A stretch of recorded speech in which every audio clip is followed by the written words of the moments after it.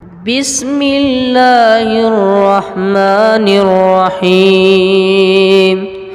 ثم الجحيم صلوه ثم في سلسلة ذرعها 70 ذراعا فاسلكوه إنه كان لا يؤمن بالله العظيم ولا يحض على طعام المسكين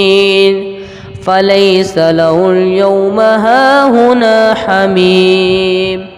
ولا طعام إلا من غسلين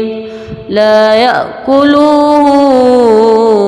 إلا الخاطئون فلا